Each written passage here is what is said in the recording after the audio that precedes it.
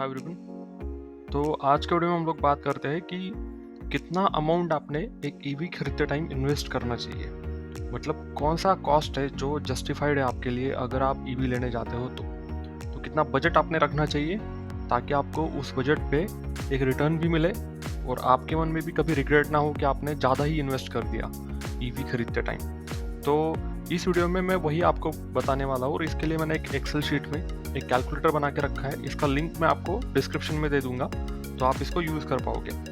ठीक है, तो मेन इंटेंशन इस वीडियो का यही है कि देखो, अगर शौक है तो फिर वो अलग चीज़ है कि आपको शौक है गाड़ियाँ रखने का और आप गाड़ी खरीदते हो।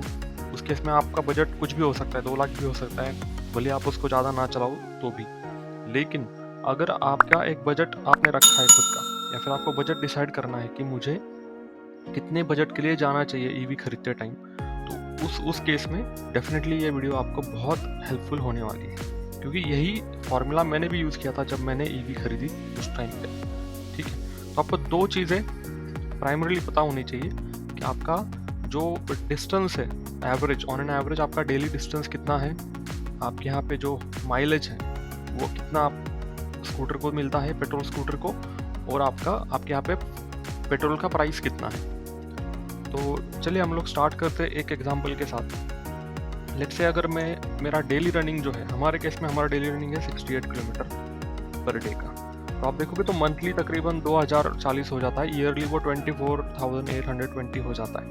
ठीक है, और हम लोग जो सोच रहे थे कि हमें हाईवे पे जर्नी है हमारी, तो हमें एक्टिवा 125 या फिर जुपिटर 125 के ऊपर हम लोग जाने वाले थे। तो उस केस में हमें जो एवरेज मिलता वहाँ पे पर लीटर वो रहता 45 किलोमीटर का। और अभी महाराष्ट्र में जो प्राइस है वो है 106.50 85, ये हो गया।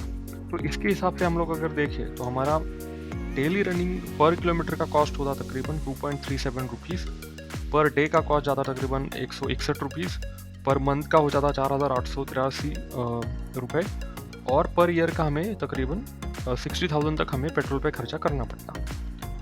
अब अगर यही चीज़ हम लोग ईवी में जाते हैं तो सिंपली मैं बता देता हूँ आपको कि हमारे पास एथर 450X है। तो इसमें जो आपको रेंज मिलती है वो तकरीबन 90 किलोमीटर के आसपास हमें रेंज मिलती है।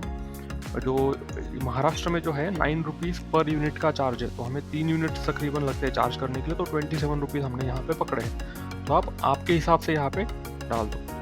रनिंग कॉस्ट पर किलोमीटर यहाँ पे निकल के आता है 0.30। ठीक है, और पर डे का कॉस्ट हमारा तकरीबन लगता 20 रुपीज़ 40 पैसे। तो पर मंथ ये हो जाता 612 रुपीज़, और पर ईयर ये चला जाता 7,446 रुपये। तो इसके हिसाब से हम लोग अगर सेविंग की बात करें तो ये यहाँ पे आ रहा है 141 रुपीज़ हम लोग पर डे सेव कर रहे हैं, 4,231 रुपीज़ हमारे पर मंथ सेव हो रहे हैं, और पर ईयर हमने तकरीबन 51,400 का हमारा पर ईयर का सेव होने वाला है। तो इस केस में हमारा जो रिकमेंडेड प्राइस है ये आप देखोगे यहाँ पे, तो दिस इज 1,54,463, और ये कहा किसके बेसिस पे कैलकुलेट हुआ है, वो ये हुआ है वारंटी के बेसिस पे कैलकुलेट। तो आप देखोगे तो हमने ये स्कूटर 3 साल भी चलाया तो भी हमारा जो ईवी का प्राइस है, मतलब हमने तकरीबन 155,000 ऑन रोड पे किए हैं, तो हमारा रिकवरी ऑलमोस्ट 3 साल में हो रहा है। तो आपको हमेशा ये बात ध्यान में रखनी है कि अगर आप ईवी में इन्वेस्ट कर रहे हो या फिर ईवी खरीद रहे हो, तो हमेशा आपको उस ईवी का जो पैसा है वो 4 से 5 साल के अंदर रिटर्न आना चाहिए, क्योंकि जो वारंटी है वो तब तक ख़त्म हो रही है। जो बैटरी है लिथियम आयन की, वो भी उसका परफॉर्मेंस भी डिग्रेड होता है।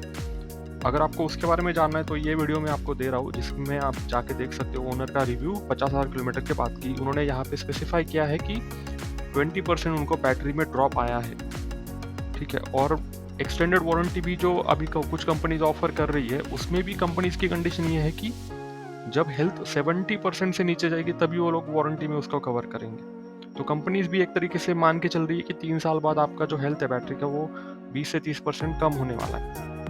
तो उस केस में आपने बहुत केयरफुल रहना चाहिए कि जैसे पेट्रोल की स्कूटर होती है तो आप उसको चला सकते हो 10 साल तक, आप कुछ लोग होते हैं 12 साल तक रखते हैं गाड़ी को, तो उस केस में कैलकुलेशन पूरा अलग होता है।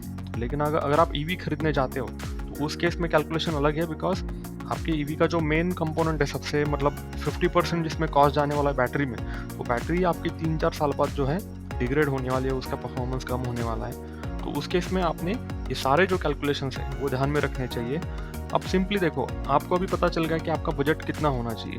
अब हमारे केस में ये बजट थोड़ा जस्टिफाइड है, लेकिन अगर हम लोग और एक एग्जांपल लेते हैं कि लेट्स से अगर आपका डेली जो रनिंग है वो तकरीबन जाता है 40 किलोमीटर का, ठीक है, और इसी कैलकुलेशन के हिसाब से हम लोग जाते हैं तो आपका पर ईयर सेविंग 30,000 हो रहा है, और यहाँ पे आपको रिकमेंडेड प्राइस आ गया 90,800। तो इस केस में मैं आपको रेकमेंड करूँगा कि आप क्या करो, सिंपली आप ऐसा व्हीकल देखो जो 90,000 से लेके 1,10,000 के बीच में हो आपके लिए। जैसे आपका स्कूटर का रनिंग कम होता जाता है वैसे ही आपका जो ओवरऑल जो एक रिकमेंडेड प्राइस है वो भी नीचे आता जाता है। तो अगर आपका रनिंग बहुत ही कम है, लेट्स से अगर आपका रनिंग 10 किलोमीटर पर डे है, तो फिर मैं आपके लिए ईवी तो मतलब मैं बहुत ही बोलूँगा कि आप लो एंड की ही ईवी लो, जिसमें काफ़ी कम आप पैसा उसमें लगा रहे हो। 70-80 हज़ार के आप ईवी ले लो, सिंपल है। अगर आपका बजट 90,000 के आसपास है तो आपके पास जो मैंने बोले ऑप्शंस, उसमें एक और ऑप्शन है आपके पास कि बाउंस इन्फिनिटी का E1 है आपके पास, वो भी आप खरीद सकते हो। तो इस तरीके से आपको कैलकुलेशन करके चलने हैं। अब बहुत सारे लोग हैं जो ओला का S1 Pro लेते हैं जो कि 150-160 तक जाता है ऑन रोड महाराष्ट्र में। तो उस केस में अगर आप रिकवरी देखोगे तो आपका पैसा कभी पूरा वापस आने वाला नहीं है। तो उस केस में रिकमेंडेड ये है कि आप भावनाओं में मत बहो, आप सिंपली कैलकुलेशन करो और उसके हिसाब से ही आप स्कूटर खरीदो। अब मेरे पास एथर 450 XL है, लेकिन ऐसा नहीं कि मैं हर एक को वही रिकमेंड करता हूँ, बिकॉज हर एक का बजट डिफरेंट है, हर एक की नीड डिफरेंट है। अगर आप कॉलेज गोइंग स्टूडेंट हो तो शायद आपका पूरे दिन का रनिंग जो है वो ट्यूशन वगैरह मिला के 30 किलोमीटर का हो जाए। तो उस केस में जो बजट आपने रखना चाहिए वो तकरीबन, आपने हीरो का ऑप्टिमा CX भी ले लिया आपने तो भी आपको सफिशिएंट है वो गाड़ी, आपको एक्स्ट्रा फीचर्स नहीं चाहिए उस केस में। तो डेफिनेटली आपका जो बजट है आप उसी के अराउंड कैलकुलेशन करके देखो और आप सजेशन आपके लिए बनाते जाओ। सेम कैलकुलेटर आप कार के लिए भी यूज़ कर सकते हो और बाइक के लिए भी यूज़ कर सकते हो। तो आई होप कि ये वीडियो आपको पसंद आया हो और इससे आपकी हेल्प हुई हो। तो प्लीज़ आप चैनल को सब्सक्राइब कीजिए, लाइक कीजिए, कमेंट कीजिए, और आपको किस टॉपिक पे वीडियो चाहिए वो नीचे कमेंट करके बताइए। हम कोशिश करेंगे कि उस टॉपिक पे हम लोग वीडियो बनाएं। So thank you for watching this video guys, thank you, bye bye.